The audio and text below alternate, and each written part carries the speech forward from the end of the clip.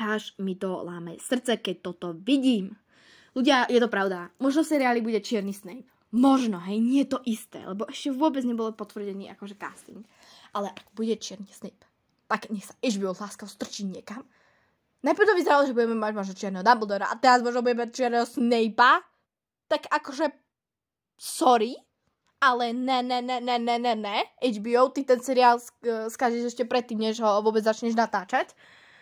Prosím vás, ľudia, musíme sa nejako spojiť. Ja nechcem vážne vidieť žiadnu postavu v Harry Potterovi čiernu, ktorá čierna byť nemá. Ja nemám nič proti čiernym ľuďom. Ja nemám nič proti barevným ľuďom. Ja vážne nemám nič proti týmto ľuďom, ani komunite. Ja ich mám naopak rada, hej. Ale ako... Sorry, to je proste... Ak chcete urobiť čierneho Snape'a, tak to už môžete urobiť rovno Číňana Harryho Pottera, dobre? Ako, sorry, ale nie, toto proste nebude takto.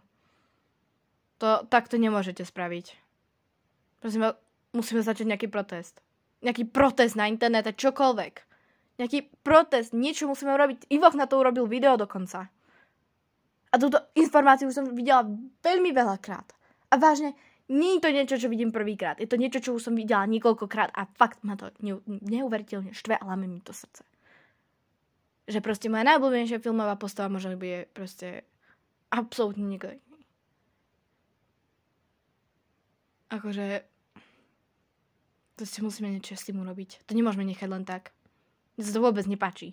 A nechcem nikoho vidieť v Harry Potterovi seriáli, proste niekoho, kto nebude absolútne odpovedať popisu v knihách. Nechcem nikoho iného takého vidieť. Fakt, ale vážne sa hnevám, pretože toto je neskutočné. Toto je neskutočné. A ja som taká rada, že Rowlingová robila také múdre rozhodnutie za poslednú dobu, že proste ich možno za to bude žalovať.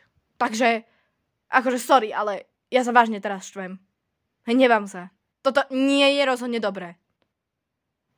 A oni ten seriál skazia ešte predtým, než ho začnú natáčať.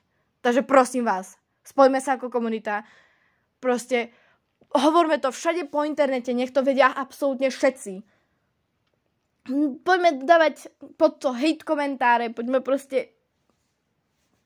tento návrh HBO vyvrátiť.